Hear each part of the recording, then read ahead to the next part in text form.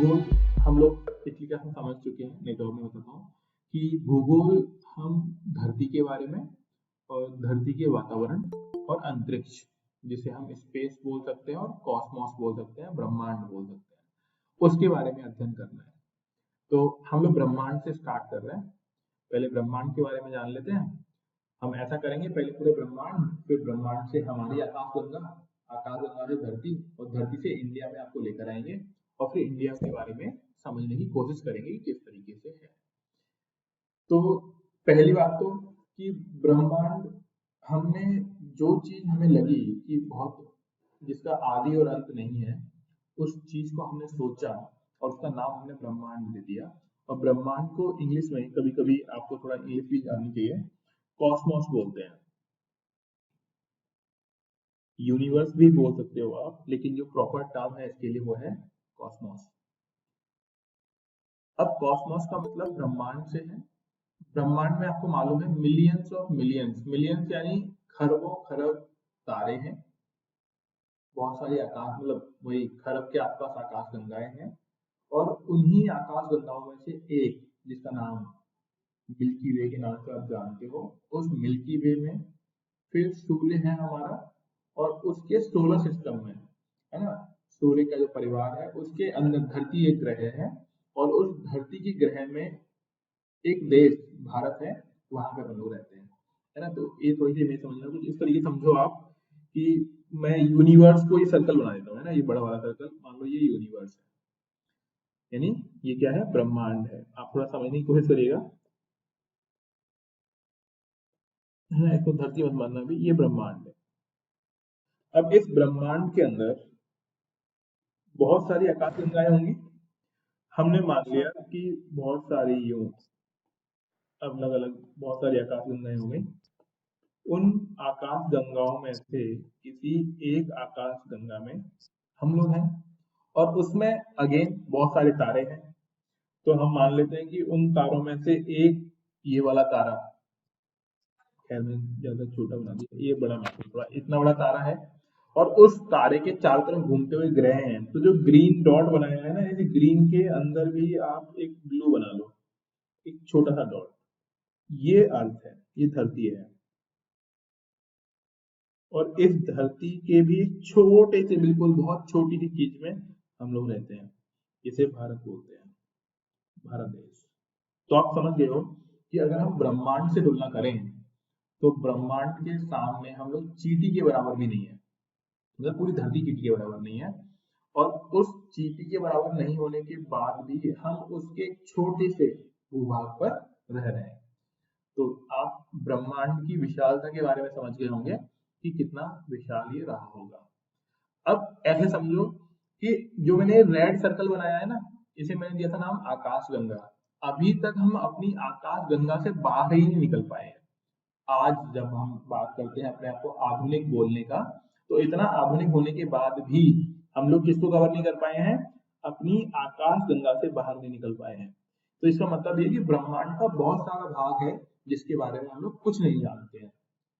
तो इससे आप ये अनुमान लगा सकते हो कि ब्रह्मांड में ऐसे बहुत सारे ग्रह संभव हैं जहाँ पे जीवन हो सकता है ना। दोबारा समझ लीजिए, अगर कोई आपसे पूछे कि क्या ब्रह्मांड में कोई और ऐसा ग्रह हो सकता है जहाँ पे धरती की तरह जीवन होगा, तो बिल्कुल मना नहीं करना है। म्यूट रखिए, म्यूट रखिए, दीपमाला जी म्यूट रखिए। तो वहां पे आपको ये समझना है कि हाँ, ऐसे और भी ग्रह संभव हैं, क्योंकि आज तक हम अपनी ही आकाश गंगा से बाहर नहीं निकल पाए हैं। जब हमें अपनी ही आकाश गंगा के बारे में पूरी जानकारी नहीं है, तो हम पूरे ब्रह्मांड की गारंटी कैसे ले सकते हैं कि वहां पे जीवन होगा या नहीं होगा। ठीक है। और ये चीज आपको खास तौर पे ध्यान रखना है, जब भी यूपीएससी की बात करते हैं, तो आपको अपने आंसर्स जब आप देंगे तो वो रिजिड नहीं होने चाहिए। रिजिड का मतलब हाँ और ना में नहीं बात करनी है, आपको हमेशा एक मध्यम मार्ग अपनाना है। मध्यम मार्ग अपनाने का मतलब ये है, आपको हमेशा बोलना है कि ऐसा हो भी सकता है और ऐसा नहीं भी, क्योंकि आपको नहीं मालूम कि ब्रह्मांड में क्या क्या है और कितनी चीजें हैं। ठीक है। अब प्रारंभ में जो चीजें हैं वो किन्होंने बताई हैं, यूनानी लोगों ने बताई हैं।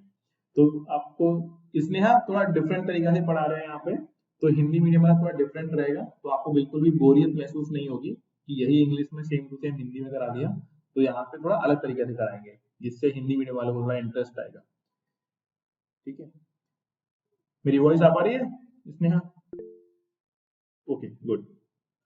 अब देखो, आपको मालूम ही होगा प्राचीन समय में मिस्र के जो लोग थे, ठीक है, मिस्र के लोग और यूनानी, ये आप लोग लिख भी सकते हो, ठीक है ना साथ में। यूनानी लोगों ने ही प्रारंभिक जो भी खगोल शास्त्र के बारे में है दुनिया को बताया, ठीक है। इन्हीं लोगों ने अध्ययन किया और इन्होंने ही एक अवधारणा दी। मिस्र यूनानी लोगों ने एक अवधारणा दी जिसका नाम था जियोसेंट्रिक। जियोसेंट्रिक किसी को मालूम है क्या मतलब होता है इस चीज का?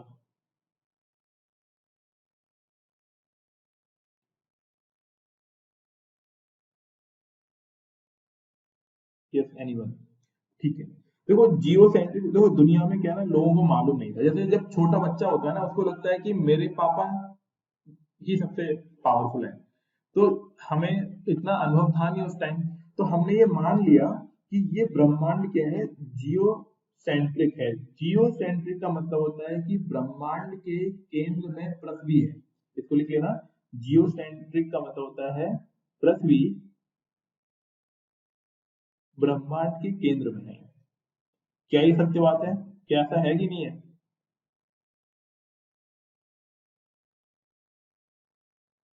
अब तुम्हें मालूम पड़ी गया ना केंद्र में नहीं है। फिर फिर जब धीमे धीमे हम लोगों ने सोचा, और ध्यान रखना जब हम बात कर रहे हैं कि पृथ्वी ब्रह्मांड के केंद्र में है, तो इसका ये मतलब भी निकलता है कि सूर्य पृथ्वी के चारों तरफ चक्कर लगाएगा। सूर्य पृथ्वी की परिक्रमा करेगा। मतलब समझते हुए चलेगा, ठीक है, परिक्रमा करेगा। ये कब, कौन सी अवधारणा के आधार पर? जियोसेंट्रिक परिकल्पना के आधार पर। आपको ऐसे बताना पड़ेगा कि कौन सी परिकल्पना के आधार पर आप चीजें बता रहे हैं। तो जियोसेंट्रिक का मतलब हो गया कि ब्रह्मांड के केंद्र में पृथ्वी है, और सूर्य के अलावा जितने भी और ग्रह हैं वो पृथ्वी के चारों तरफ चक्कर लगा रहे हैं।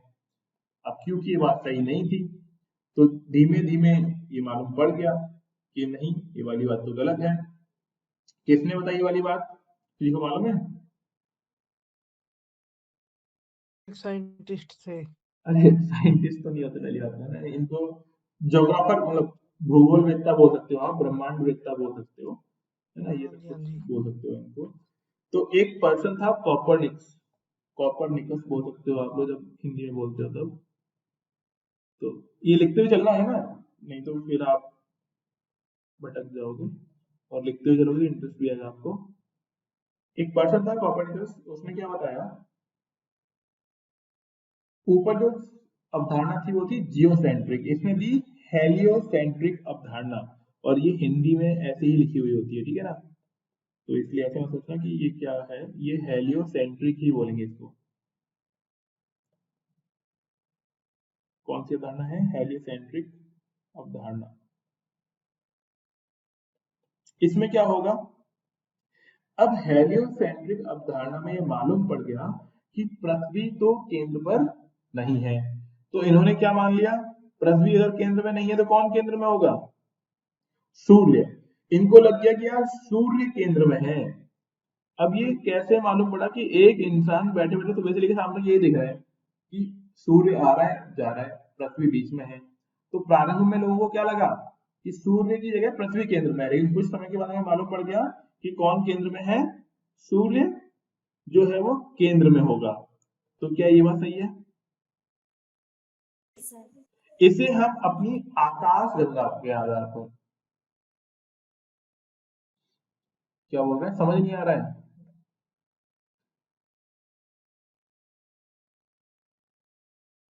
आपकी भाषा भाषा कौन सी है आपकी, हिंदी या इंग्लिश? कौन है ये? बिल्किस ज्ञानी।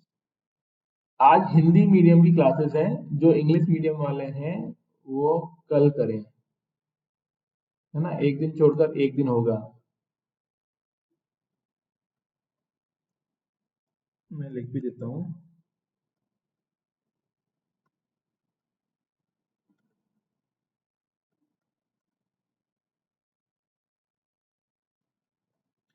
कोई और तो नहीं है दूसरी लैंग्वेज वाला इंसान?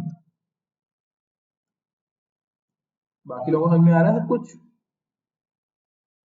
Yes sir. हाँ, नहीं सर, पता नहीं लग रहा। हाँ, हम लोग यहाँ हिंदी और इंग्लिश में ही बात करेंगे।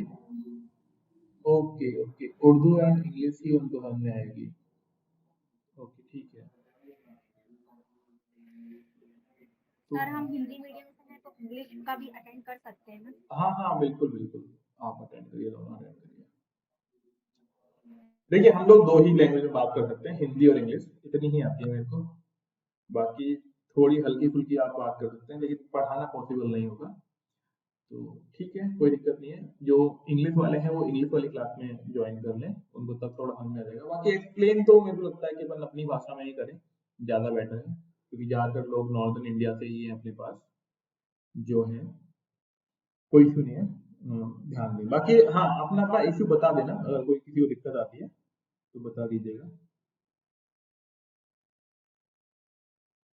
ठीक है, तो यहाँ पे हो गया। तो सूर्य केंद्र में है, इस अवधारणा को बोलते हैं हेलियोसेंट्रिक अवधारणा। हेलियोसेंट्रिक मतलब सूर्य क्या होगा, केंद्र में होगा।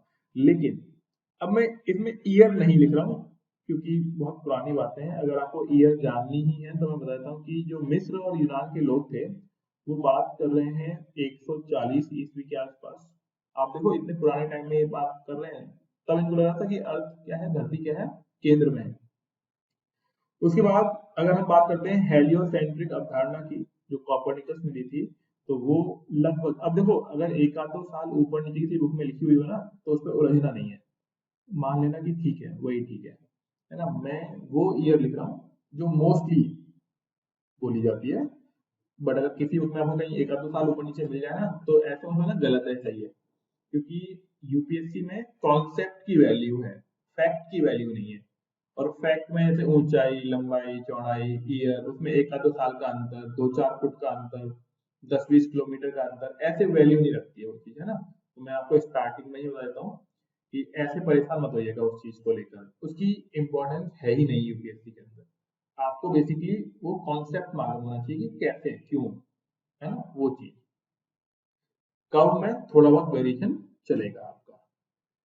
ठीक है, तो हेलियोसेंट्रिक अवधारणा दी गई 1543 में। उसके बाद आपको मालूम है लगातार समय आगे बढ़ता है।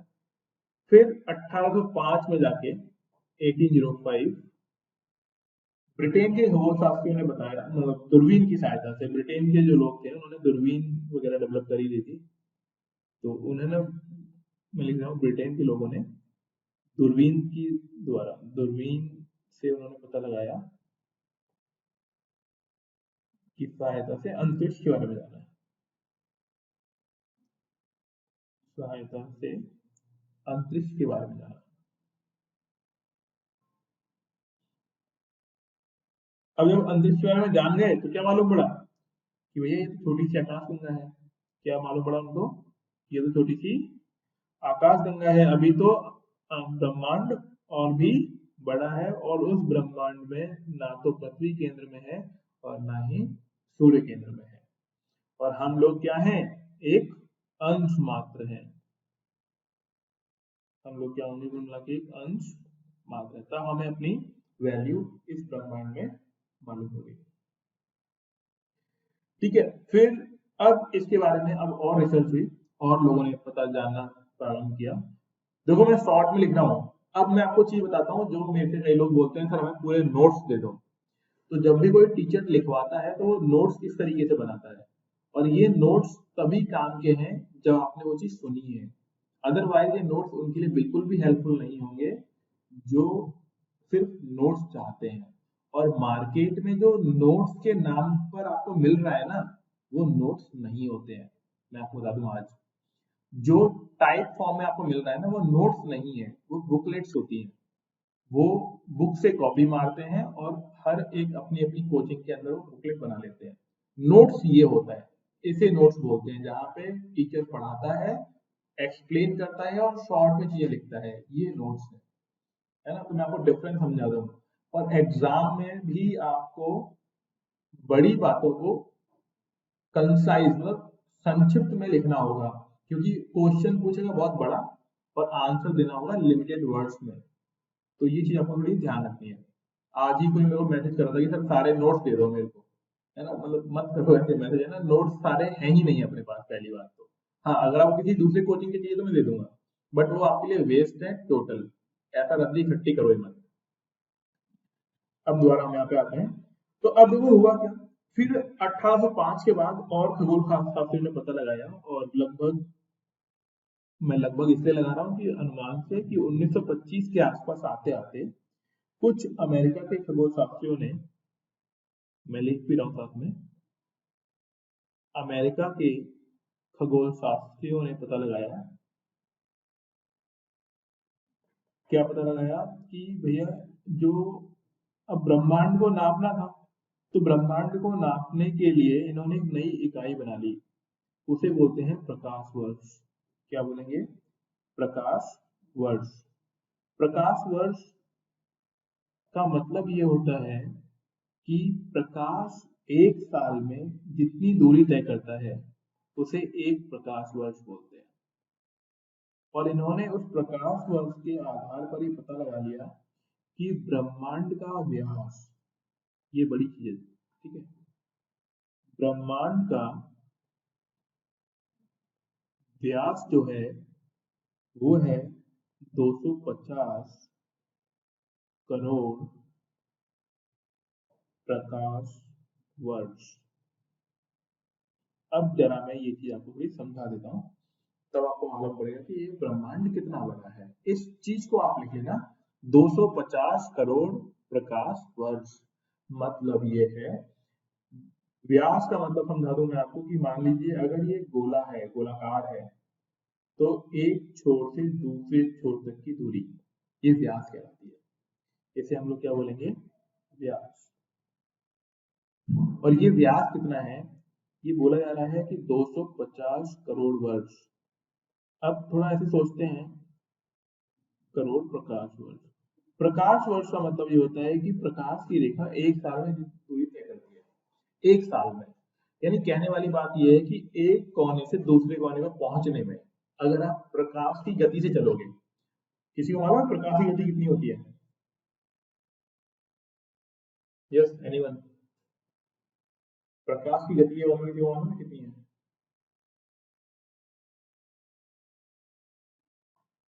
मतलब ऐसे कुछ बोला करो, है ना, सही गलत कुछ तो बोलो जिससे मेरे को लगेगा कि हाँ आप लोग अटेंटिव हो। बहुत से होते हैं गलत हो जाएगा, कोई दिक्कत नहीं है, सही कर लेंगे। तो 3 lakh unit second. Very good, अगर आपने बताया है बिना कहीं से देखे तो वेरी गुड। 3 लाख किलोमीटर प्रति सेकेंड, आप समझे? इतना कंफर्म नहीं है तो पर दुर्ला से इतना ही पता है शायद। हाँ हाँ ठीक है, वेरी गुड वेरी गुड। प्रकाश की स्पीड होती है 3 लाख किलोमीटर एक सेकंड के अंदर, यानी एक सेकंड में वो 3 लाख किलोमीटर चला जाता है दूर। और ये बोल रहे हैं कि इसी स्पीड से 250 करोड़ साल लगेंगे आपको एक कोने से दूसरे कोने में जाने में। 250 करोड़ में आप समझ रहे हो, देखो 250 तो ये हो गया, उसके बाद 3 जीरो होती है हजार के लिए, ठीक है, फिर 10,000, लाख, 10 लाख, फिर करोड़। तो जो नंबर मैंने लिखा है ना, इतने साल लग जाएंगे अगर आप कौन सी स्पीड से जा रहे हो, लाइट की स्पीड से जा रहे हो। और अभी तक हमारे अर्थ पर ऐसी कोई भी डिवाइस, वाहन, कुछ भी सैटेलाइट, रॉकेट, कुछ नहीं बना जो प्रकाश की गति से चलता हो। इतना बड़ा ब्रह्मांड है, अनुमान है ये तो। और ब्रह्मांड के लिए बोला जाता है कि ब्रह्मांड लगातार क्या हो रहा है, विस्तृत हो रहा है, फैल रहा है। ये बात समझ आ गई? कि हम लोग कहाँ किस जगह पे रह रहे हैं। अब ये तो ब्रह्मांड की हमने बात कर ली और हम ये समझ गए कि ब्रह्मांड कितना बड़ा है और हम अनुमान नहीं लगा सकते और अपने जीवन काल में तो संभव ही नहीं है। अपने जीवन काल में क्या 250 करोड़ मतलब प्रकाश वर्ष लग जाएंगे अगर हम प्रकाश की गति से चलते हैं तब, तो मतलब इम्पॉसिबल चीज है उसके बारे में पूरी बातें जान पाना। अब ये ब्रह्मांड कैसे बता दिया हमने कि इतना बड़ा है, उत्पत्ति के बारे में कैसे है, तो बहुत सीधी सी बात है, अलग अलग अवधारणाएं हैं उत्पत्ति के बारे में। कई लोगों ने बोला, जिन लोगों की बातें मान ली गई वो हम फॉलो कर रहे हैं। हो सकता है आज से 50 साल 100 साल के बाद नई अवधारणा आ जाए, हम कुछ नया मानने लग जाए। क्यों? जैसे कि एक चीज समझो यहाँ पे, जब 140 ईस्वी में मिस्र और यूनानी के लोगों ने बताया कि पृथ्वी केंद्र में है, तो सही लगा सभी लोगों को कि हाँ भाई सही बोल रहे हो। और 140 से 1543 तक लोगों को यही लग रहा था कि पृथ्वी केंद्र में है, तो उसी को सही मान रहे थे। फिर 1543 में लगा कि नहीं भैया पृथ्वी केंद्र में नहीं है, फिर लोगों ने बोला सूर्य केंद्र में है, और फिर 1543 से लेकर 1805 लगभग 250 सालों तक 250 सालों तक लोगों को यही लगता रहा कि कौन केंद्र में है, सूर्य केंद्र में है। उसके बाद मालूम पड़ा कि यार नहीं, आकाश में जैसी भी कोई चीजें होती हैं। तो कहने वाली बात यह है कि अभी हम जिस समय में जी रहे हैं उस समय के आधार पर हमें क्या लगता है उनकी बातें हम जरा कर लेते हैं। तो उसमें हम पहले मान लेते हैं कि ब्रह्मांड की उत्पत्ति कैसे हुई होगी, थोड़ा उसके बारे में सोचते हैं कि ब्रह्मांड की उत्पत्ति कैसे हुई है। तो हेडिंग डालेंगे आप लोग, ब्रह्मांड की उत्पत्ति, ब्रह्मांड की उत्पत्ति। और हिंदी लिखना भी सीख लीजिएगा आप लोग, जो लोग हिंदी मीडियम वाले हैं उनको हिंदी बिल्कुल सही आनी चाहिए। तो अब देखो पृथ्वी की ब्रह्मांड की उत्पत्ति से संबंधित थोड़ी अवधारणाएं पढ़ लेते हैं, किस इंसान ने क्या क्या बोला है ना, कि कैसे उत्पत्ति हुई होगी इसकी, तो वो जरा देख लेते हैं हम लोग। और इन सभी सिद्धांतों में वर्तमान समय में जो चल रहा है सबसे महत्वपूर्ण सिद्धांत, उसे बोलते हैं बिग बैंग सिद्धांत। बिग बैंग का मतलब होता है बड़ा धमाका। मैं हिंदी में समझाता हूं आपको। बिग बैंग का मतलब होता है बड़ा धमाका। अब बड़ा धमाका क्यों बोल रहे हैं भाई? जिससे पूरा ब्रह्मांड बन गया हो तो उसे हम लोग क्या बोलेंगे? बड़ा धमाका ही बोल रहे होंगे। इसको लिख लो, बिग बैंग सिद्धांत। इंग्लिश में लिखते हैं इसको बिग बैंग थ्योरी, और चाहे हिंदी में लिखोगे इंग्लिश में लिखोगे ये ऐसे ही आएगा सामने। ठीक है, ये बिग बैंग थ्योरी है।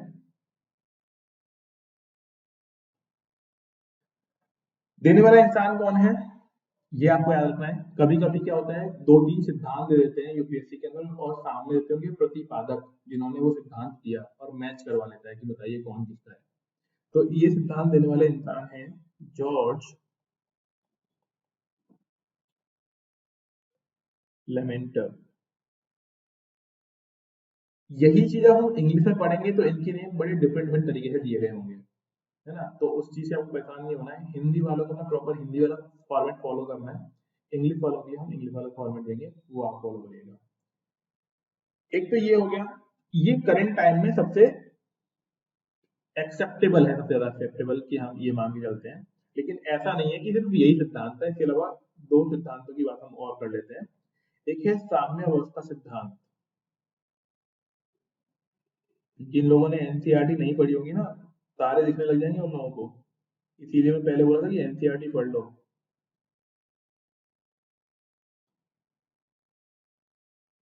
और तारे दिखने लगे ना तो बता देना मेरे को भी कि हाँ दिख रहे हैं, तो मैं और स्लो हो जाऊंगा। तो साम्य अवस्था सिद्धांत को इंग्लिश में क्या बोलते हैं वो लिख लीजिए पहले, स्टडी स्टेट थ्योरी। देने वाला जो पर्सन है, एक ने नहीं दिया, 2 लोग हैं, थॉमस गोल्ड एंड हरमन बांडी। अब जैसे भी आप याद कर पाओ। क्या आप सभी लोग लिख रहे हैं साथ में? Yes sir. हाँ लिखना है ना, जो सिंसियरली पढ़ना चाहते हैं वो लिखिएगा। यही नोट्स हैं, मैं खुद एक इंस्टीट्यूट में पढ़ाता हूँ, काफी फेमस इंस्टीट्यूट है वो, इसी वजह से मैं आपको अपना चेहरा नहीं दिखा रहा हूँ, क्योंकि हमारे परमिट नहीं होती, हम लोगों को परमिशन नहीं है ऐसे पढ़ाना इंडिविजुअल। तो हम लोग ऐसे ही पढ़ा रहे होते हैं, यही तरीका है नोट्स लिखवाने का क्लास के अंदर, बस वहां पे हम लोग और आप फिजिकली। खाली पढ़ा दीजिए बस। हाँ, तो इसीलिए आप लिख लीजिएगा, नोट्स बना लीजिएगा, ये है ना, कल को ये मत सोचना कि फ्री में हो रहा है तो ना बनाए, है ना, ये वही चीज है जो जिस वाजरा में। बना रहे हैं, पढ़ रहे हैं तो हाँ, ठीक है। तो साम्यावस्था सिद्धांत Thomas Gold and Hermann Bondi ने दिया था। साम्यावस्था का मतलब क्या था कि सब कुछ पहले स्थिर अवस्था में था, पूरी की पूरी चीज सब स्थिर थी, फिर अचानक से गति उत्पन्न हो गई और फिर ये सब कुछ घूमने लग गया, इस तरीके से हम ये बोलते हैं। और फिर उसमें एनर्जी जनरेट हुई, फिर प्रारंभ में धरती गर्म थी, धीमे धीमे वही भाप बना, पानी बना, बारिश हुई, ठंडा हुआ, है ना, सूर्य अभी भी गर्म है क्योंकि वहां पे हाइड्रोजन और हीलियम की अभिक्रियाएं हो रही हैं। ये सब कुछ सिद्धांत इसमें दिया गया है। बाकी ये सब कुछ आपको पढ़ना नहीं है अनलेस अनटिल आपका ऑप्शनल ज्योग्राफी हो। अगर आपका ऑप्शनल ज्योग्राफी है तो आपको पूरा डिटेल में पढ़ना है, और जिनका ऑप्शनल ज्योग्राफी नहीं है उनको बस नाम नाम जान लेने हैं, इतना ही आएगा। तो अगला देखिए, तीसरा सिद्धांत जो है वो क्या है, दोलन का सिद्धांत। दोलन, जैसे आपने पेंडुलम देखा होगा, उसे बोलते हैं दोलन सिद्धांत। इन्होंने बोल दिया कि देखो दुनिया में क्या था ना, धरती और पानी फिक्स था, धरती और पानी क्या है, फिक्स है, और ये हिल मतलब अपना स्थान परिवर्तित करता रहता है। इसे इन्होंने दोलन सिद्धांत बोला कि ब्रह्मांड में क्या है, सब चीजें पहले से स्थिर हैं, स्थिर मतलब फिक्स है, पूरा मास फिक्स है, एनर्जी फिक्स है, बस ये क्या करता है, फॉर्म चेंज कर रहा है। या फिर दोलन, दोलन यानी घूमना, जैसे पेंडुलम देखा होगा ना आपने, घड़ी के साथ पेंडुलम लगा हुआ होता है, उस तरह के सिद्धांत को इन्होंने बोला। देने वाले पर्सन थे doctor Allan Sandage, doctor Allan, नाम कुछ जैसे संडे वो बॉर्न हुआ तो एलन संडे इन्होंने इनका नाम रख दिया होगा। तो ये हो गए तीन। सर दोलन सिद्धांत को इंग्लिश में क्या कहते हैं? सॉरी, क्या बोल रहे हैं? सर दोलन सिद्धांत को इंग्लिश में क्या कहते हैं? इंग्लिश में इसको क्या बोलेंगे, देखो वैसे तो पेंडुलम थ्योरी भी बोल सकते हैं आप, या फिर इसको आप बोल सकते हैं, लिखिए पल्सेटिंग, मतलब पल्स की तरह यूनिवर्स थ्योरी।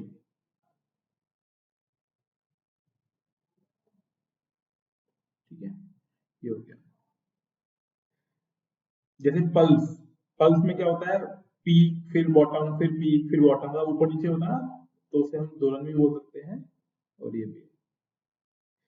अब इसके बाद बहुत सारे लोगों ने इसके बारे में बताई बातें, है ना, लेकिन अभी जो सबसे महत्वपूर्ण है वो हमें जो पढ़ना है वो है बिग बैंग सिद्धांत। तो हम लोग सिर्फ एक के बारे में पढ़ेंगे, बाकी दो आपका मन करे तो कोई भी बुक आप पढ़ोगे ना उसमें आपको मिल जाएगा। एक बुक रेफर करनी होगी आपको, जो भी आपको ठीक लगे एनसीईआरटी के अलावा। तो हम लोग थोड़ा सा बात करेंगे बिग बैंग के बारे में कि ये क्या था, बिग बैंग सिद्धांत। और अभी करंट टाइम में हम इसी को सही मान रहे हैं, यही सबसे ज्यादा ये मान लीजिए कि एक्सेप्टेबल थ्योरी है करंट टाइम में। और मैं दोबारा बोल रहा हूँ कि हो सकता है फ्यूचर में आगे चेंज हो जाए, क्योंकि ऐसा पहले भी हो चुका है। तो पता नहीं लग रहा, सॉरी, क्या बोल रहे हैं? समझ नहीं आ रहा हिंदी में। हिंदी में नहीं आया तो इंग्लिश वाली क्लास कर लेना, कोई दिक्कत नहीं है ना, एक दिन इंग्लिश एक दिन हिंदी होगी क्लास, कल इंग्लिश वाली कर लेना, ठीक है। अभी मोस्टली उन लोगों के लिए है जो हिंदी वाले हैं, उनके लिए। बाकी आनी चाहिए, है ना, हिंदी इंग्लिश दोनों लैंग्वेज आनी चाहिए। इंडिया में रहते हैं तो दो तो बेसिक आनी चाहिए, उसके अलावा जितनी आपको आ जाए उतना अच्छा है, नहीं तो दो तो आनी ही मतलब जरूरी है। तो देखो बिग बैंग थ्योरी आपको मालूम ही है किसने दी, अभी हमने लिखवाया था, आइडिया है किसी को कुछ? देखो अभी की याद है नहीं रही होगी आपको बात। जॉर्ज लेमेंटन। हाँ, जिन्होंने लिखा होगा उनको याद आएगा, जॉर्ज लेमेंटर, जिन्होंने ये दिया। टाइमिंग क्या है इस थ्योरी को देने का, 1960 से 70 के बीच में ये वो टाइम था। इन्होंने क्या बोला कि ब्रह्मांड लगभग 15 अरब वर्ष पूर्व मतलब ये बातें भी इतनी बड़ी बड़ी बोली गई ना कि क्या सोचोगे आप। बोला जा रहा है कि ब्रह्मांड ब्रह्मांड जो है वो लगभग लगभग, मैं लिख भी रहा हूँ साथ में, ध्यान रखिएगा, लगभग 15 अरब, अरब समझते हो ना आप लोग, अरब वर्ष पूर्व एक अग्निपिंड था। अग्निपिंड यानी जलता हुआ आग का गोला। पूर्व एक विशाल अग्निपिंड, हाँ, विशाल तो बोलना जरूरी है क्योंकि बड़ा होगा, है ना। विशाल अग्निपिंड था। अब इस अग्निपिंड में धीमे धीमे टाइम के साथ ये ठंडा होता हो गया। नहीं तो हम भी क्या होते, बिल्कुल तप्त होते। और अब देखो ये हवा में नहीं बोल रहा है, ये अग्निपिंड अगर ये बात बोल रहा है तो हवा में नहीं बोल रहा है। कैसे नहीं बोल रहा है हवा में, आप सोच के देखो कि हमारे यहाँ पे लावा निकलता है, मतलब हमारे यहाँ पे, मतलब अर्थ पे, जब भी आप, अभी मैं अगर बोलूंगा ना हमारे यहाँ मतलब अर्थ की बात हो रही है, धरती की बात हो रही है, तो धरती पे आपको मालूम है लावा निकलता है। अब लावा कहाँ से निकल रहा है, ये जो आप सोचोगे कि ये लावा जो निकल निकल रहा है, तो कैसे, कहीं से तो एनर्जी आ रही होगी ना। तो यानी बहुत प्रारंभ में ये गर्म रहा होगा, जितनी चीजें ऊपर हवा के संपर्क में नहीं वो ठंडी हो गई, बाकी चीज अभी भी क्या है, गर्म है। तो उसी आधार पर इन्होंने बोला कि 15 अरब वर्ष पूर्व पूरा का पूरा ब्रह्मांड क्या था, बिल्कुल आग का गोला था। और फिर धीमे धीमे इसमें क्या हो गया, एक दिन विस्फोट हो गया। अब ऐसे सोचो, इसे बोला जाता है कि एक गोला था आग का, जो मैं बीच में बना रहा हूं ना ये गोला, मैं रेड बनाता हूँ थोड़ा, आपको फील आएगी उस तरीके से। देखो, मान लीजिए ये रेड सर्कल है, तो इन्होंने बोला कि ब्रह्मांड इस तरीके से कोई एक गोला था। अब गोले के लिए इन्होंने बोल दिया कि इसका घनत्व अनंत है, डेंसिटी कितनी थी, इनफाइनाइट, मास कितना था यानी भार कितना था, अनंत। अनंत क्यों, क्योंकि हम तो तुलना कर ही नहीं सकते कि कितना रहा होगा कितना नहीं रहा होगा। और फिर इन्होंने बोला कि अचानक से एक दिन ये गोला फूट गया। अब जब ये गोला फूटेगा तो चारों तरफ फैल जाएगा इस तरीके से, ठीक है। तो अभी आपकी स्क्रीन पर आएगा कि ये जो गोला है वो टाइम के साथ कुछ अभिक्रियाएं हुई और ये गोला क्या हो गया, एक दिन ब्लास्ट हो गया। और इस ब्लास्ट को ही क्या बोला गया है, बिग बैंग। इसको ही क्या बोलेंगे, big big bang theory. Big bang, बड़ा धमाका हो गया। और ये जो बड़ा धमाका हो गया, इसी के बारे में हम लोग समझेंगे। और इस बिग बैंग से सारे ग्रह, नक्षत्र, आकाश गंगाएं सब बन गए एक साथ। ऐसे बोलते हैं कि विस्फोट होने के 1 सेकंड के भी 1 लाखवें भाग, यानी बहुत ही कम समय में पूरा ब्रह्मांड बन गया जितना बनना था। लेकिन सभी चीजें क्या थी, तप्त गर्म थी। और फिर समय के साथ ये आपस में फैलते भी जा रहे हैं, दूर होते हुए जा रहे हैं, ठीक है। एक तो दूर होते हुए जा रहे हैं और बाद में क्या हो गए, ठंडे भी हो गए ये। और जो चीज ठंडी हो गई वहां पे हम लोग रह पा रहे हैं। अब क्योंकि हमें पूरे ब्रह्मांड के बारे में तो मालूम नहीं है, हमने अपनी आकाश गंगा देखी है, उसके आधार पे हम अध्ययन कर रहे हैं। ये जो छोटे ग्रह थे वो तो कुछ ठंडे हो गए, बट जो बहुत बड़े थे सूर्य जैसे, वो अभी भी क्या है, गर्म है। और लगातार उनसे क्या हो रहा है, उनके अंदर विस्फोट चल रहा है, अंदर ही अंदर, है ना। हाइड्रोजन हीलियम बन रहा है, विस्फोट हो रहे हैं, वो बोलते हैं ना, लहरें निकल रही हैं, गरम गरम हीट वेव, शॉक वेव, वो सब कुछ निकल रही है उसमें से। तो ये पूरा का पूरा ब्रह्मांड हमने बना दिया। अब ब्रह्मांड के रहस्यों को जानने के लिए अब हर किसी मन में आ रहा है कि कैसे बना। अब मन में क्या आ रहा है, अब देखो हम लोग हिंदू लोग हैं या फिर मुस्लिम जो भी है, मतलब हम भारत में रहते हैं बेसिकली, किसी भी धर्म से संबंधित हो, हमें लग रहा है कि हमारे भगवान ने बना दिया। अब क्योंकि रिकॉर्डिंग हो रही है तो इसलिए हो सकता है सही बात हो, लेकिन क्या तुम्हें लगता है कि कोई बैठ के विस्फोट करने बैठा हुआ है ना। तो कहने वाली बात यह है, जैसे आज ग्रहण है, कितने लोगों को मालूम है आज सूर्य चंद्र ग्रहण है आज, यस सर। सभी को मालूम होगा।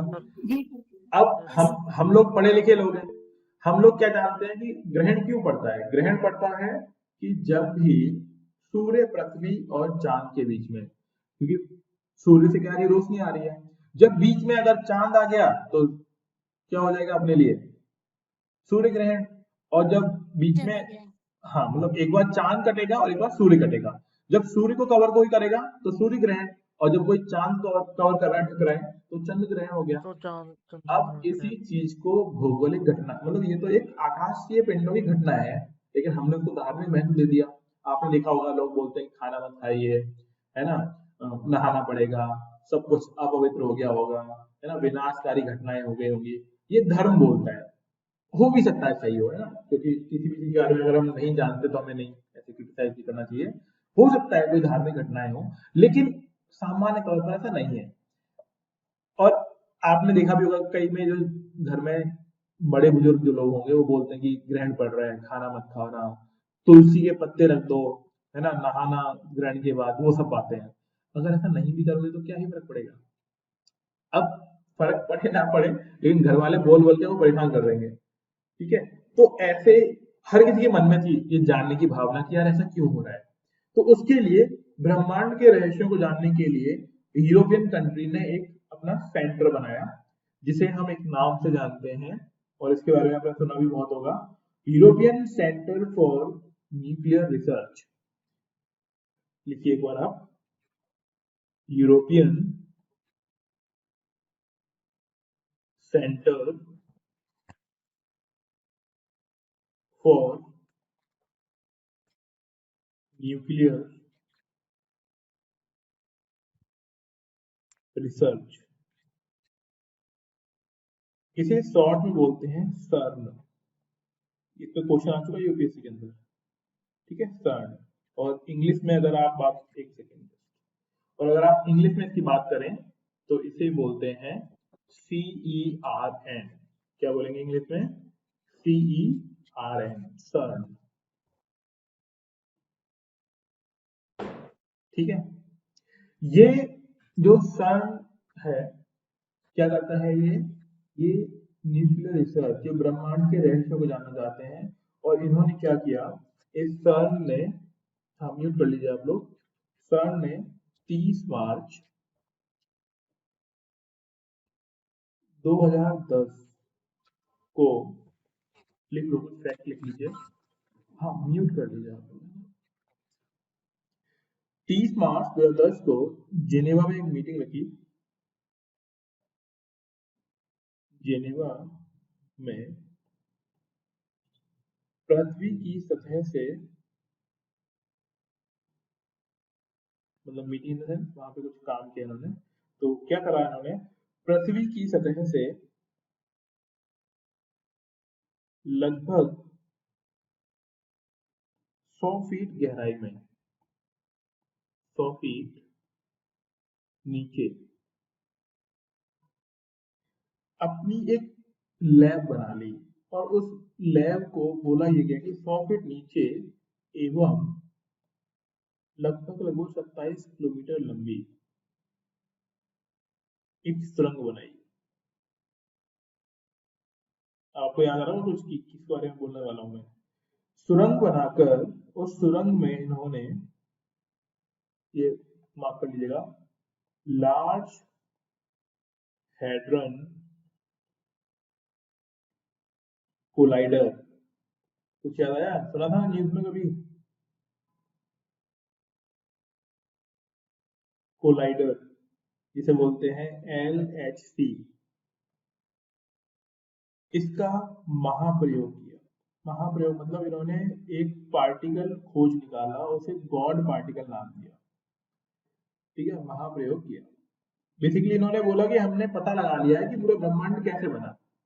और जो पार्टिकल इन्होंने बनाया उस 100 फीट की गहराई पर 27 किलोमीटर लंबी सुरंग के अंदर, उसे इन्होंने बोला, क्या नाम दिया उसको इन्होंने?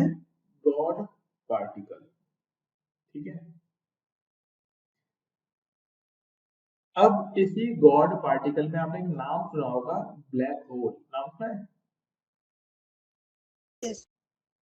जी सर। हाँ, अब जो ब्लैक होल है ना, उन्होंने बोला कि देखो ब्लैक होल में तो क्या होता है, हर चीज अंदर समा जाती है, खत्म, अंधेरे में चली जाती है। और इन्होंने इस तरीके से बताया कि ये जो पार्टिकल है उसी से पूरी दुनिया ब्रह्मांड बनी है। और इसको इन्होंने डार्क एनर्जी, है ना, डार्क मैटर, गॉड पार्टिकल, इन नामों से उसको समझाया। तो बेसिकली समझना हमको ये है कि जो अल्टीमेटली आउटकम निकला लार्ज हैड्रन कोलाइडर से, और ध्यान रखना ये जो प्रयोग किया ना, इतनी लंबी सुरंग बनाई और 100 मीटर, मुश्किल से 10 सेकंड ही एक्सपेरिमेंट कर पाए ये लोग। 10 सेकंड के अंदर ही डिवाइस काम करना बंद कर गई थी, है ना। जो डिवाइस इन्होंने बनाई थी लंबी चौड़ी, वो खत्म, बंद हो गई थी। अब दोबारा से उसकी रिपेयरिंग चल रही है, फिर दोबारा प्रयोग करेंगे कभी। तो इसमें जो पार्टिकल बना है ना, तो उसे क्या बोला गया है, मैं पार्टिकल को बता रहा हूँ कि ये पार्टिकल कौन सा बना है, गॉड पार्टिकल। इसे गॉड पार्टिकल ही बोलते हैं, हिंदी इंग्लिश किसी में भी ले लो आप, गॉड पार्टिकल या फिर डार्क मैटर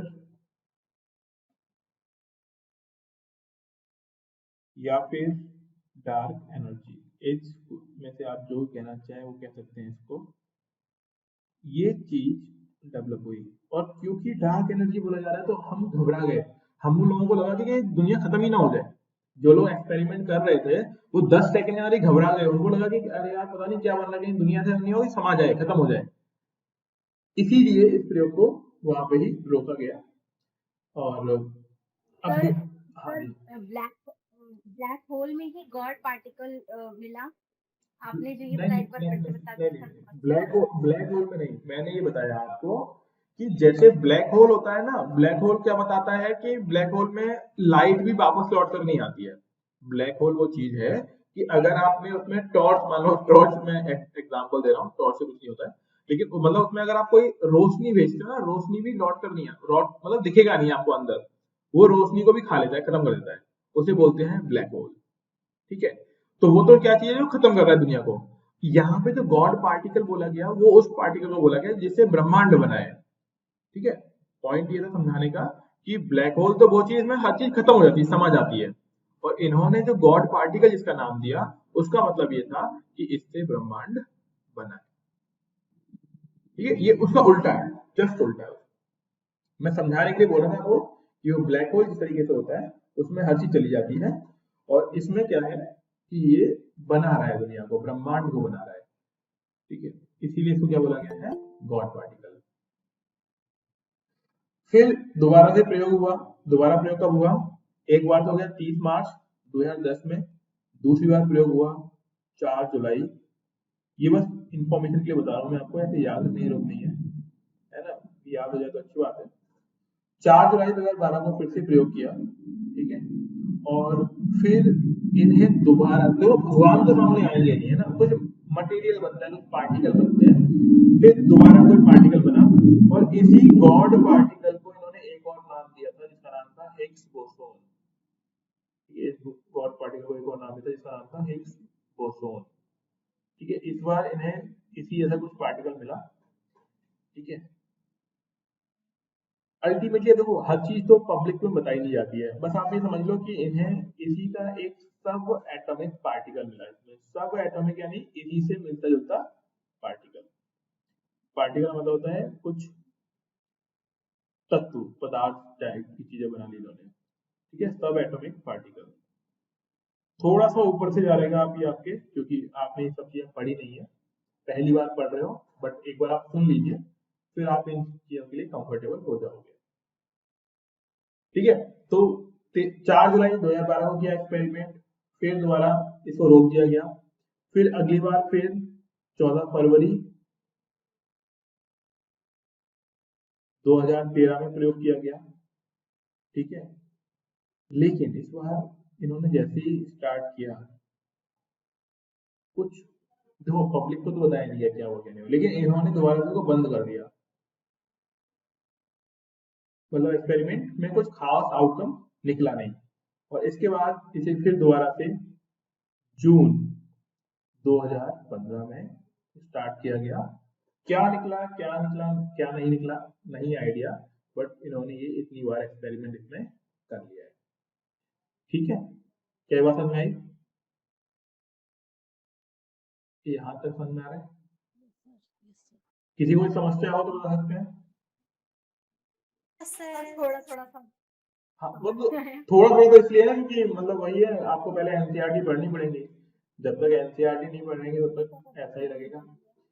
ठीक है, अब जरा हम ब्रह्मांड की विशालता के बारे में एक बार देख लेते हैं कि ब्रह्मांड है, ये तो भी आसान चीज पढ़ा रहे हैं, ब्रह्मांड जो आप जानते हो, इसीलिए तो मैंने बहुत बार बोला हुआ है, मैंने पहले दिन भी बोला था कि भैया आप लोगों को एनसीईआरटी पढ़नी है। ब्रह्मांड में लगभग अप्रोक्सीमेटली 100 अरब आकाश गंगाएं हैं। अनुमान है, ऐसे मत बोला कि 100 अरब एक हो गई तो हो सकती है ना, अनुमान से 100 अरब आकाश गंगाएं हैं। आकाश गंगा को गैलेक्सी बोलते हैं। और फिर इसमें असंख्य तारे हैं जिनको आप गिन भी नहीं सकते हो। तो असंख्य तारों को हमने फिर से बोल दिया कि भाई इसमें क्या है,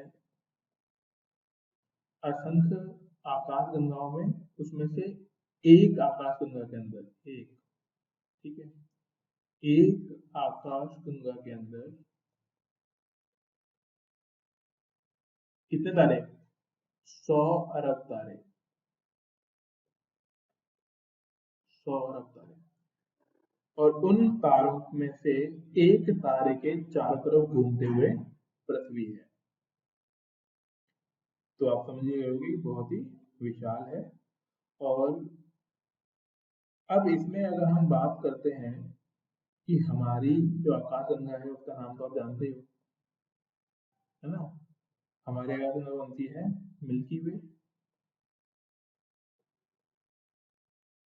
मिल्की वे ये हमारी आकाश गंगा है और इसमें बहुत सारे तारे हैं और उस तारों में से एक तारा है सूर्य और उस सूर्य के चारों तरफ, या फिर आप ऐसे बोल सकते हो कि सूर्य के चारों तरफ कौन सी चीज घूम रही है, पृथ्वी।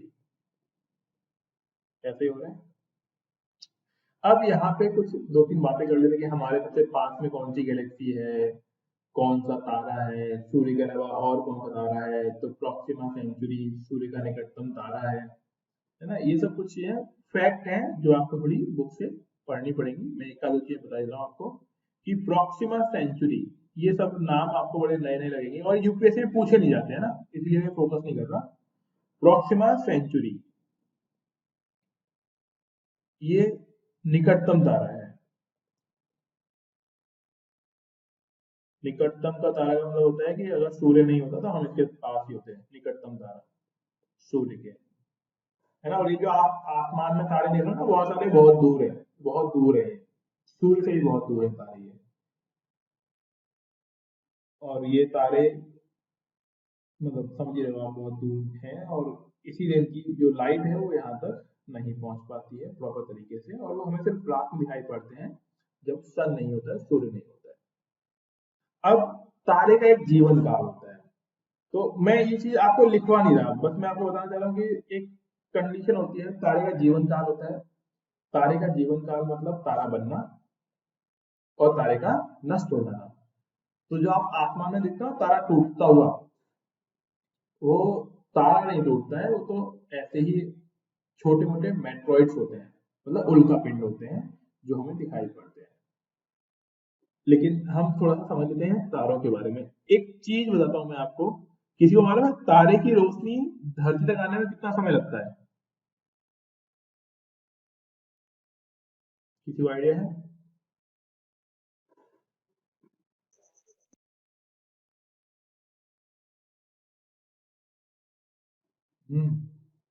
किसी को आइडिया?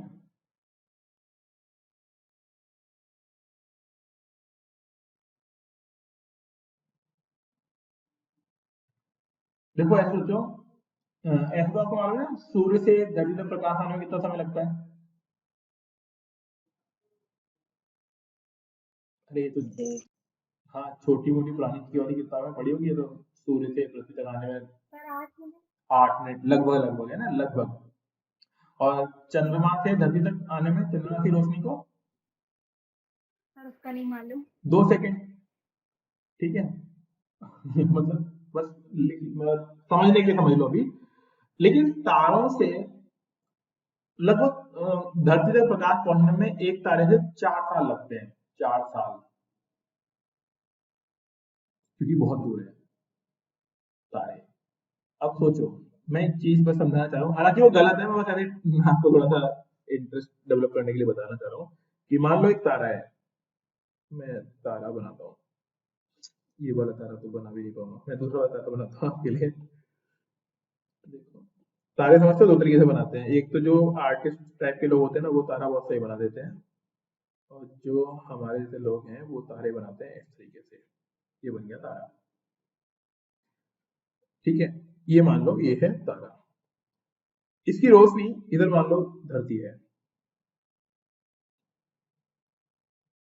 कितना टाइम पहुंचेगी इसकी रोशनी यहाँ पे, मैं लगभग बता रहा हूँ अभी, है ना, एग्जैक्ट की बात नहीं कर रहे हैं हम लोग, आस पास मतलब अप्रोक्स में लेके चल रहे हैं कि लगभग मान लो 4 साल का टाइम लगता है। तो मान लो कभी ना कभी ये तारा टूट जाएगा, ये तारा टूट जाएगा, लेकिन जब ये तारा टूट जाएगा, उसकी रोशनी तो 4 साल के बाद पहुंचेगी ना यहाँ पे, कि भाई टूट गया, खत्म हो गया, और अब देखना बंद हो गया। इसका मतलब क्या हुआ कि 4 साल पहले तारा टूट चुका था, लेकिन 4 साल तक हमें पुरानी रोशनी दिखाई पड़ रही थी उसकी। बात सही है कि नहीं है? बात सही है कि नहीं है ये तो? Yes sir. क्योंकि रोशनी तो 4 साल का समय लगता है ना उसको पहुंचने में। तो मान लो आज चला तारा, तो चार तारे की रोशनी पहुंची 4 साल के बाद, मान लो आज खत्म हो गया तारा, तो उसकी खत्म वाली रोशनी कब पहुंचेगी? 4 साल के बाद। तो उसकी रोशनी 4 साल के बाद पहुंची हमारे पास, तो हमें मालूम पड़ा 4 साल के बाद किया, वो तारा नहीं रहा। लेकिन लाइट का एक कॉन्सेप्ट है कि विदाउट सोर्स लाइट ट्रेवल नहीं कर सकती। विदाउट सोर्स लाइट, मतलब जो रोशनी होती है, अगर उसका उद्गम, जो सोर्स ऑफ ओरिजिन है, वो खत्म हो जाएगा, तो वो कभी भी आगे बढ़ नहीं पाएगी। तो अब बताओ यहाँ पे क्या चीज गलत है कि 4 साल तक हम जो तारा देख रहे थे वो था ही नहीं, और अगर वो खत्म हो गया था तो हमें तुरंत दिखना चाहिए। यहाँ पे गड़बड़ी कहाँ पर है? क्या चीज गड़बड़ है इस स्टेटमेंट में, जो मैंने बोला उसमें क्या चीज गड़बड़ है? मेरे को लगता है आप लोगों को समझ में नहीं आया होगा, कोई दिक्कत नहीं है, वीडियो देखिएगा और फिर मेरे को बताना कि मैंने क्या पूछा था, और आप परसों बताना मेरे को, परसों वाली क्लास में जब आपका टाइम टर्न आएगा तब बताना मेरे को कि क्या पूछना चाह रहा था मैं, 2-3 बार सुनना वीडियो के अंदर कि मैंने क्या पूछा आप लोगों से, फिर बताइएगा आप मेरे को। चलो हम आगे बढ़ते हैं तारे के बारे में। तो तारे का पहले होता है जन्म, जन्म यानी तारे का बनना। तारा कैसे बनता है? तारे के केंद्र में, केंद्र की अगर हम बात करते हैं, केंद्र समझते हो ना आप लोग, सेंटर पॉइंट, मान लो तारा तो उसका बीच वाला पॉइंट, तारे के केंद्र में नाभिकीय संलयन अभिक्रिया होती है। कौन सी अभिक्रिया होती है? नाभिकीय संलयन अभिक्रिया, ये आपको ध्यान रखना है, नाभिकीय संलयन अभिक्रिया होती है। अब इसमें होता क्या है, इसमें समझ लो कि हाइड्रोजन हीलियम में कन्वर्ट होता रहता है। हाइड्रोजन किसमें कन्वर्ट होता रहेगा? हीलियम में। तो वो आप लोगों को धैर्य रखना है, ये चैप्टर के बाद प्रॉपर आपकी ज्योग्राफी स्टार्ट हो जाएगी। अभी थोड़ी सी इसमें एस्ट्रोनॉमी यानी थोड़ा ब्रह्मांड वाली है ना, तो थोड़ा साइंस वाला कॉन्सेप्ट है, बट इसके बाद जो चीज होगी प्रॉपर ज्योग्राफी होगी आपकी। और इसीलिए मोस्टली जो होता है ना नॉन इंजीनियरिंग बैकग्राउंड है, नॉन मैथ साइंस बैकग्राउंड, वो समझ में नहीं आता ये वाला चैप्टर, थोड़ा धैर्य रखिएगा आप लोग। इसमें क्या होता है? नाभिकीय संलयन अभिक्रिया होती है, और नाभिकीय संलयन में क्या होता है? हाइड्रोजन हीलियम में बदलता रहता है, और इस अवस्था को जब हाइड्रोजन हीलियम में बदलता है तो इसी को बोलते हैं तारा। और जब ये अभिक्रिया थोड़ी स्लो हो जाती है, अगर आप ऐसे मान लीजिए कि जब तारा धीमे धीमे ठंडा होने लगता है, तो जब तारा ठंडा होगा तो ये लाल हो जाता है, और इसे बोलते हैं रक्त दानव। रक्त दानव अब हिंदी में कराए तो आपको रक्त दानव लगेगा, इंग्लिश में इसको बोलते हैं रेड जाइंट। क्या बोलेंगे इंग्लिश में? Red giant. आप ध्यान रखिएगा, रेड जाइंट तब बनता है जब तारा धीमे धीमे क्या होने लगता है? ठंडा होने लगता है, और फिर जो तारा है वो एक दिन फूटेगा, खत्म होगा। तो तारे में जो विस्फोट होता है उसे बोलते हैं सुपरनोवा विस्फोट। सुपरनोवा विस्फोट। एक मिनट आप लोग रुकिएगा ना, कोई नॉक कर रहा है, एक मिनट देखा आपको प्रोवाइड करेगा।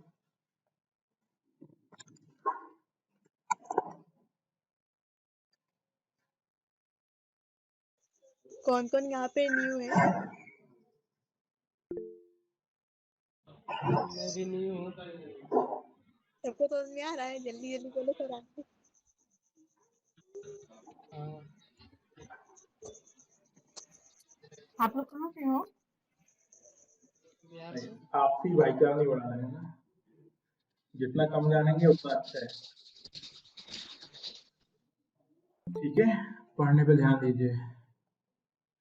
देखें आगे, देखिए तो इसे बोलेंगे सुपरनोवा विस्फोट। इंग्लिश में लिख सकते हैं इसको सुपरनोवा ब्लास्ट, तो मैं सुपरनोवा लिख देता हूँ।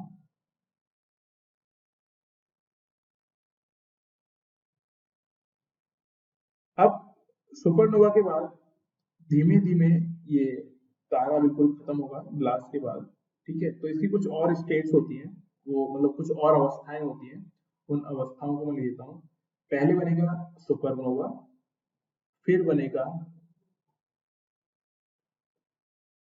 श्वेत बामन, या फिर इसे बोलते हैं व्हाइट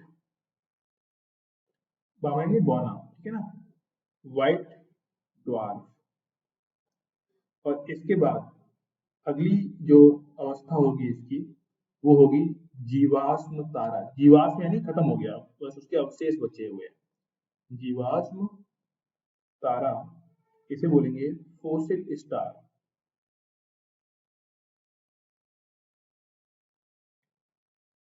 मतलब तारा समाप्त होने की कगार पे है। और जब बिल्कुल अवशेष भी ठंडे हो जाएंगे तो उसे बोला जाएगा काला बामन, बामन यानी बौना। ठीक है, तो इसे बोलेंगे ब्लैक ड्वार्फ। थोड़ा आगे पीछे हो सकता है, स्क्रीन पे आने में टाइम लग रहा हो आपके। ठीक है, और यहीं पर एक चीज होती है चंद्रशेखर लिमिट के नाम से हम लोग जानते हैं। वो तारे के द्रव्यमान को डिफाइन करता है, तो उसे क्या बोलते हैं, चंद्रशेखर लिमिट। चंद्रशेखर के नाम का वो समझ में आ ही रहा होगा, किसी भारतीय इंसान ने दिया हुआ है। तो चंद्रशेखर लिमिट, या फिर जिसे हम बोलते हैं चंद्रशेखर सीमा। ठीक है, ये आपको थोड़ा अलग ध्यान रखना है। तारे के बारे में इन्होंने चंद्रशेखर सीमा के बारे में बताया था। ठीक है, तो ये समझ में आ गया। अब इसी में होता यह है कि ब्लैक होल जिसकी हम लोग बात कर रहे थे, तो ये तो तारे की कहानी हो गई, बना और खत्म हो गया। तो नाभिकीय संलयन से लेके ब्लैक ड्वार्फ तक पहुंच गया, और फिर तारा क्या हो जाएगा, खत्म हो जाएगा। और जितना टाइम लगता है उसे हम लोग इस तरीके से चंद्रशेखर लिमिट से हम आकलित करते हैं, पता लगाते हैं कितना होगा। अगली चीज है ब्लैक होल। तो इसे ब्लैक होल ही लिख लो पहले तो। ब्लैक होल का मतलब आप बोल सकते हैं कृष्ण छिद्र, अगर आपको बिल्कुल ही हिंदी पे आना है तो। अब ये ब्लैक होल जो होता है ना, वो ऐसी चीज है कि जहां से लाइट भी वापस नहीं आती है, वो मैंने आपको बता ही दिया। ठीक है, तो इसका मतलब ये हुआ कि जो ब्लैक होल है उसका घनत्व, डेंसिटी जिसे हम लोग बोलते हैं, घनत्व क्या होगा, असीमित होगा। घनत्व कितना होगा उसका, असीमित घनत्व होगा। तो इसको आप लिखेंगे असीमित घनत्व।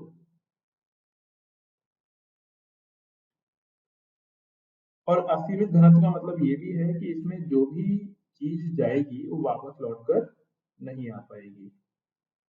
ठीक है, ये चीज आपको ध्यान रखना है। असीमित घनत्व का मतलब ये होता है कि जो भी चीज इसमें जाएगी वो वापस लौटकर इसमें, मतलब प्रकाश भी लौटकर नहीं आ पा रहा, तो कोई भी चीज नहीं लौटकर आएगी। वैसे हम देख नहीं सकते क्योंकि अंधेरा है ना, दिखाई कुछ देगा ही नहीं। अब ये सब कुछ कहानी बताई किसने होगी, किसी न किसी इंसान ने तो बताई होगी। अब देखो यहाँ पे कोई इंसान उस चीज को बता रहा है जो दिखाई नहीं पड़ती है।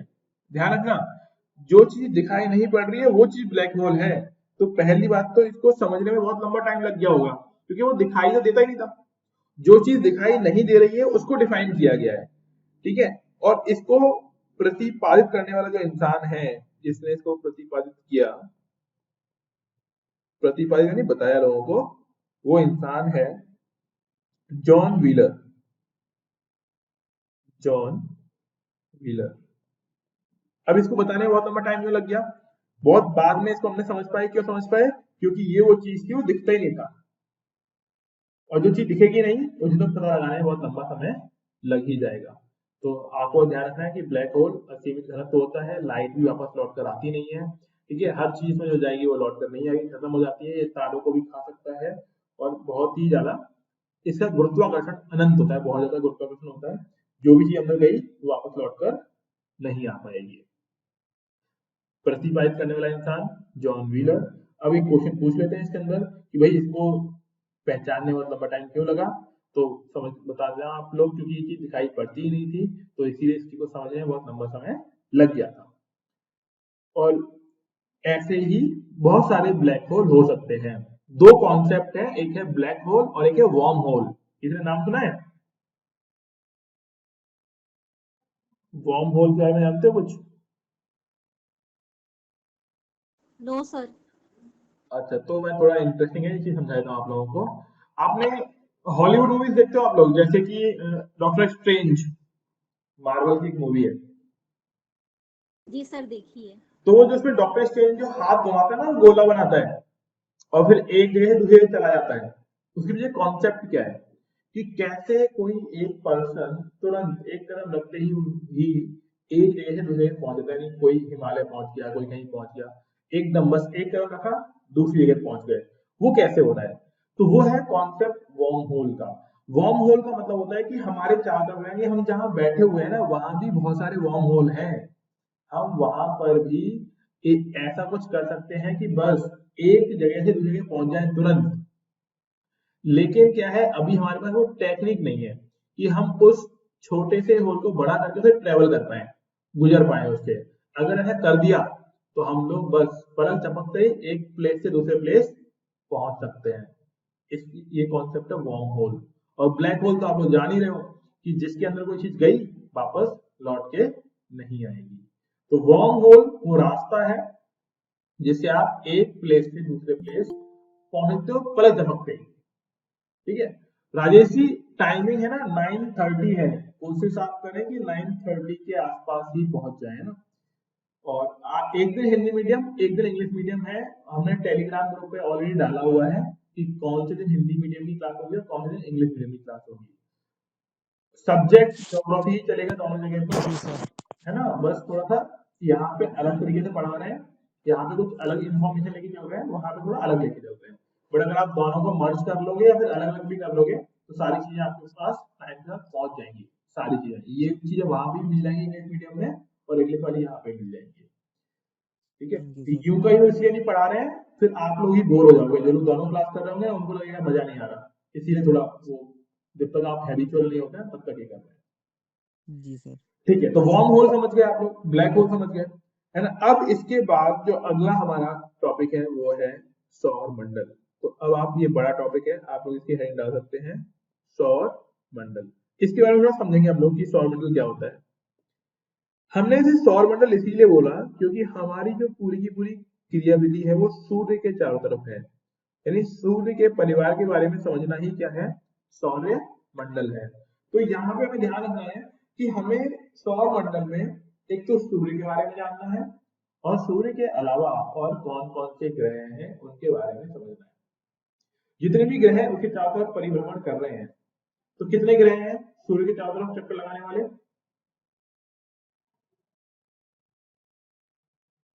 हाँ जी, कोई आइडिया? सर 8।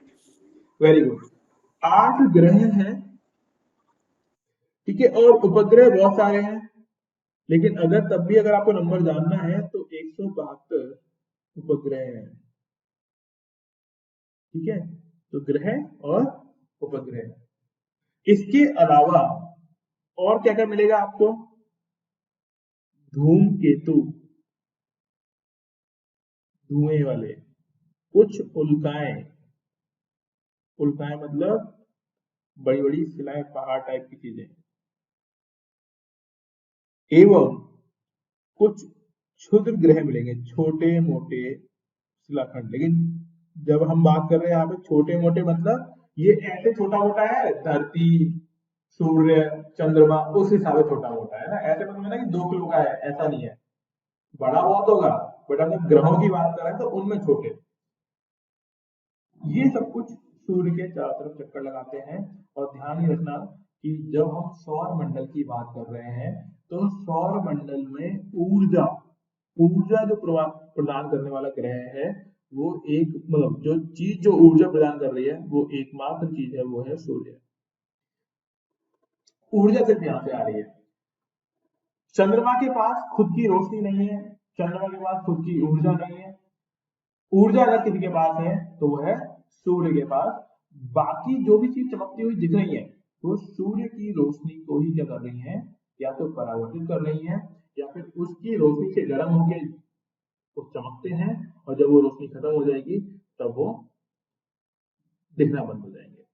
तो सौर मंडल में हमें ध्यान समझना है, सूर्य, सूर्य के अलावा 8 ग्रह हैं और 172 उपग्रह मिलेंगे आपको, और फिर धूमकेतु, उल्काएं, क्षुद्र ग्रह, ये सब कुछ आपको मिलेगा यहाँ पे। और हम लोग जान ही रहे हैं, ओहो सागर जी थोड़ा जल्दी आए, है ना, 9:30 टाइम है, 9:30, और ये हिंदी मीडियम की क्लास है आज, तो थोड़ा ध्यान दीजिएगा। अब देखो यहाँ पे जैसे हमने ऊपर बात किया था कि तारा बनता है तो क्या होता है, नाभिकीय संलयन अभिक्रिया होती है। और सूर्य भी अपने आप में क्या है, नाभिकीय, मतलब वो तारा है तो यहाँ भी क्या होगा, यहाँ पे होती है नाभिकीय संलयन अभिक्रिया। और नाभिकीय संलयन अभिक्रिया में क्या होगा, नाभिकीय संलयन अभिक्रिया में हम लोग जानते हैं hydrogen helium, very good very good. यहाँ पे क्या हो जाएगा, हाइड्रोजन हीलियम में लगातार बदलता रहता है, इससे ऊर्जा निकलती है, इसीलिए वो चमक रहा है लगातार, हीलियम में परिवर्तित होता रहता है। तो ये मैंने एरो लगा दिया, इस एरो का मतलब है परिवर्तन, और इसीलिए ये हमारे चमकता हुआ दिख रहा है। जिस दिन ये अभिक्रिया रुक गई उस दिन ही सूर्य का चमकना खत्म, उस दिन ही सूर्य की रोशनी खत्म, उसकी गर्मी खत्म, जितनी भी हीट है। और ऐसा होगा, अभिक्रिया एक दिन रुक जाएगी, लेकिन कब, बहुत लंबे समय में, कम से कम मान लो 2-4 हजार करोड़ साल तो लग ही जाएंगे, ठीक है। इतने टाइम में अपन अपने आने वाले 10-20 हजार पीढ़ियां सब निकल जाएंगे, तब ऊपर चले जाएंगे ना। तो इसीलिए हम लोग मान लेते हैं कि भाई सूर्य कभी खत्म नहीं होगा, लेकिन ऐसा नहीं है, खत्म तो होगा, कब होगा, बहुत लंबा समय है ना। ऐसे तो ग्रह भी खत्म होगा बट उसमें बहुत लंबा समय लगेगा, ठीक है। अब ये तो हो गया सूर्य के बारे में। अब सूर्य की संरचना, कभी सोचा है सूर्य कैसे बना हुआ है, क्या सूर्य की संरचना है? हीलियम हाइड्रोजन से। हाँ वो तो ठीक है, लेकिन सूर्य के अंदर भी कुछ भाग होते हैं, मतलब उसे भी हम कुछ नाम से जानते हैं कि किस तरीके से है। तो ये जो सूर्य की संरचना है, मैं अपन ऐसा करते हैं अगली क्लास में पढ़ते हैं इसके आगे, क्योंकि पूरा टॉपिक एक साथ कराएंगे और ये थोड़ा बड़ा टॉपिक है, तो आधे घंटे तो ऊपर लगेगा इसके अंदर। तो यहाँ तक हम रखते हैं आज, और आप लोग कॉपी बना लीजिएगा एक प्रॉपर, एंड रेगुलर क्लास करना, तभी समझ में आएगा। अगर आपने क्लासेस ब्रेक कर दी तो फिर से समझ में नहीं आएगा आपको, और फिर आपको लगेगा पता नहीं यार क्या ही हो रहा है, बहुत ही मुश्किल है पढ़ाई। तो पढ़ाई मुश्किल नहीं है, आपको कंटिन्यूटी बना के रखनी है, चीजें आसान है, ठीक है। बात समझ आ रही है मेरी? जी सर। ओके, तो आज के लिए इतना ही। आप एनसीईआरटी पढ़ लीजिए जितनी जल्दी हो सकता है। आप लोग 9th 10th की सारी एनसीईआरटी, खासतौर पे अभी जब हम पढ़ा रहे हैं तो हिस्ट्री, ज्योग्राफी, इकोनॉमिक्स, सिविक्स, है ना, मतलब इतिहास, भूगोल, अर्थशास्त्र, इनकी बुक पढ़ लो। पहले 9th 10th पढ़ो, फिर 11th 12th पढ़ो, तब आपको ढंग से समझ में आएगा। नहीं तो हम तो पढ़ा ही रहे हैं सर साथ कुछ साथ। पूछना था हाँ जी पूछिए। सर। अभी तो जैसे आप ज्योग्राफी पढ़ा रहे हैं तो सर बाकी सब्जेक्ट्स हम कब स्टार्ट करेंगे? इसके खत्म होने के बाद और सर फिर ये कितना मतलब कितने टाइम तक चलेगा, इसमें मतलब कितने टाइम तक हम लोग पढ़ेंगे जी? एक सब्जेक्ट मतलब पढ़ाने के कवर हो लिए जाए सिलेबस। 25 से 30 लेक्चर लगेंगे, मतलब 25 से 30 क्लास लगेंगी एक सब्जेक्ट के लिए। सर एक सब्जेक्ट एक महीने में हो जाएगा ऑल ओवर? हाँ, मतलब 25 से 30 क्लासेस जोड़ लो आप तो, कि 25 से 30 क्लास में एक ही। सबसे बड़ा चीज है क्या है, सबसे बड़ी चीज है 4 ही है, ये मानो आप। सबसे बड़ा सिलेबस है ज्योग्राफी का, जी उससे छोटा जी सर। सिलेबस है हिस्ट्री का, उससे छोटा सिलेबस है पॉलिटी का, सबसे छोटा सिलेबस है इकोनॉमिक्स का। हमने जो चीज उठाई है वो सबसे बड़ी है। इसमें एनवायरमेंट भी आता है, इसमें डिजास्टर मैनेजमेंट जैसे हम लोग बोलते हैं आपदा प्रबंधन वो भी आता है, ठीक है। इसमें पर्यावरण भी आ जाएगा, इसमें बहुत सारी पॉलिसीज भी आ जाएंगी। तो सबसे बड़ी जो चीज है वो है ज्योग्राफी। तो सबसे ज्यादा टाइम लगेगा वो ज्योग्राफी में लगेगा, उसके बाद चीजें फटाफट से हो जाएंगी। सबसे बड़ा सिलेबस ज्योग्राफी का है। सर अगर हाँ जी। सर अगर ज्योग्राफी ऑप्शनल के लिए लिया जाए तो ज्योग्राफी के लिए सबसे बेस्ट बुक कौन सी है? देखो एक बुक से काम नहीं चलेगा, अगर आपका ऑप्शनल ज्योग्राफी है तो आपको 2-3 बुक तो लेनी ही पड़ेगी। अगर आप तो हिंदी सर आप सजेस्ट कर सकते हैं कि हिंद ऑप्शनल के लिए कौन सा सब्जेक्ट हाँ, सही रहेगा? नहीं नहीं, पहले तो आप अपना इंटरेस्ट पता लगाओ ना। सब्जेक्ट से नहीं होता, पहले आपको अगर आपको इंटरेस्ट नहीं है ना तो मामला गड़बड़ है। पहले आप अपना इंटरेस्ट पता करें। आप मेरे को इंटरेस्ट में चॉइस बताइए, फिर मैं आपको ऑप्शन बताऊंगा कि आपको क्या लेना चाहिए। आप रैंडमली चूज मत करिए क्योंकि ये सर लंबी लड़ाई है। जी सर। हाँ, पहले आप एक बार सोच लो आराम से कि आपको कौन। देखो बहुत सिंपल सी बात है, जो सब्जेक्ट पढ़ते हुए आपको नींद ना आए वो आपका इंटरेस्ट है। अगर आपको हर सब्जेक्ट पढ़ते हुए नींद आ रही है तो आप ये मान लो कि आपके लिए यूपीएससी थोड़ा भारी काम है। जिस दिन ये नींद उड़ेगी ना उस दिन अपना काम हो पाएगा। तो ये चीज थोड़ा सा आपको समझना पड़ेगा कि हमारा इंटरेस्ट फील्ड कौन सा है। और यूपीएससी उन्हीं लोगों की क्लियर हो पाती है जिनका इंटरेस्ट यूपीएससी ही है, बस। उनका ध्येय एक ही है, तब जाके निकलेगा ये। तो पहले आप सोचें एक बार आराम से, योगा वोगा करके सोचो एक बार कि यार मेरा इंटरेस्ट क्या है। इंटरेस्ट के बाद ऑप्शन बताओ आप, फिर मैं बताता हूँ कि आपको उनमें से क्या चूज करना चाहिए, है ना। पहले आप इंटरेस्ट देख लो अपना कौन सा है, ओके सर। ठीक है। और ये सभी के लिए सर है। आप कंटिन्यू तो पढ़ाएंगे ना? हाँ बिल्कुल, मैं तो कंटिन्यू पढ़ाऊंगा, चिंता ही ना करें आप। नहीं सर, जैसे जी कुछ सर। और लोगों ने भी पढ़ाना पढ़ाना था और उन लोगों ने छोड़ दिया आधे में, इसलिए पूछ रहे नहीं थे। नहीं, मैं पिछले 1 साल से पढ़ा रहा हूँ और मैं लगातार पढ़ा रहा हूँ। छुट okay sir, thank beach you. में एक आध दिन की छुट्टी हो सकती है, वो बात अलग है। क्योंकि कभी कभी क्या होता है, सेमिनार लेने दूसरी जगह जाना पड़ता है, दूसरी सिटी में जाना होता है, तो उस केस में हो जाएगा। लेकिन अगर मैं अपनी जगह पर हूँ तो डेफिनेटली रेगुलर क्लास होगी। और मैं आपको इन्फॉर्म करूंगा प्रॉपर कि मेरे को आज वहां जाना पड़ रहा है तो इसी वजह से क्लास नहीं हो पाएगी। लेकिन क्लास रेगुलर चलेगी, सिलेबस पूरा कराया जाएगा, क्लास बंद नहीं होगी। और क्लास के रुपए भी नहीं लिए जाएंगे, ये भी आपको पक्का बता रहा हूँ मैं। क्लास के कोई रुपए नहीं लेंगे, ना तो आज और ना ही बाद में, ठीक है। नहीं सर, वो तो आपने पहले क्लियर कर दिया था। हाँ जी, तो उसकी बात नहीं करना, क्लासेस टोटली फ्री है, थैंक यू सर। ठीक है। Okay thank you then, sir, thank thank you. You everyone, मिलते हैं नेक्स्ट क्लास।